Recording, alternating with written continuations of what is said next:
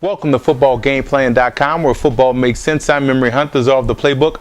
Bring you a Week 3 NFL matchup between the San Diego Chargers and the Seattle Seahawks. Now, the Chargers were able to effectively make some big plays in the passing game last week against the Jaguars, beneficiary of 4 defensive turnovers, but in that offense, you lost Ryan Matthews right now for an extended period of time, so don't be afraid to give the football to Sproles. Sproles is a scat back, but also has the ability to run in between the tackles and on the outside, so don't be afraid to give Sproles the football. He is a talented tailback, did it at Kansas State, has proven himself also in the NFL, so you don't lose anything in the running game right now. Just a little bit of depth with Matthews out, so don't get away from the run just because you lost Matthews. Sproles is a talented tailback, especially against the Seattle defense. Now, also looking at the defensive side of the football, that pressure has to be key. Hasselbeck was able to make some bad decisions due to the fact that Denver was able to apply some pressure. So Merriman and company, you guys have to get after the quarterback, and you will have some opportunities in the secondary. Paul Oliver, Jammer and company, Kason, you guys will have some opportunities to get some interceptions, because once you get a little bit of pressure on Matt Hasselbeck, that's going to effectively give you a chance to win defensively. Now, speaking of the Seahawks, you have to make sure you get some type of balance in that offense. If you're going to force it is going to be your guy, give him the rock a little bit more than 8 carries. He has to get into a rhythm.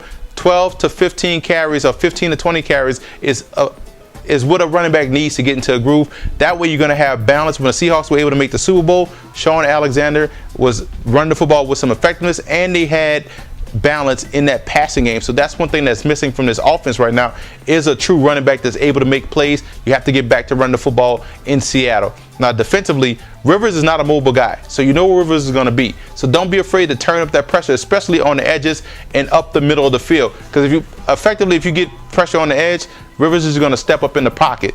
But up the middle pressure, it was going to force him to get rid of the football quickly. Because really, the passing game is not as creative as it may seem. They just throw the football to the tallest wide receiver on the field or who's open. So don't be afraid to send more blitzes at Phillip Rivers, because they don't do anything special offensively, especially in the passing game. You know they're going to run the football first, second down, or third down, and they effectively try to hit you deep down the field. But they really don't have any type of imagination on offense, so you can't effectively play outstanding, aggressive defense against the Chargers.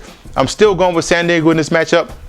Right now, the Seahawks aren't as balanced as I would like. They don't have the running game that they need in order to have that outstanding passing game that they had back in the 06 era, 05 era. So they have to get back to run the football. Chargers right now are going to be able to run the football with Sproles. So don't be afraid to see Sproles get 100 yards this game in rushing, and also in the return units as well.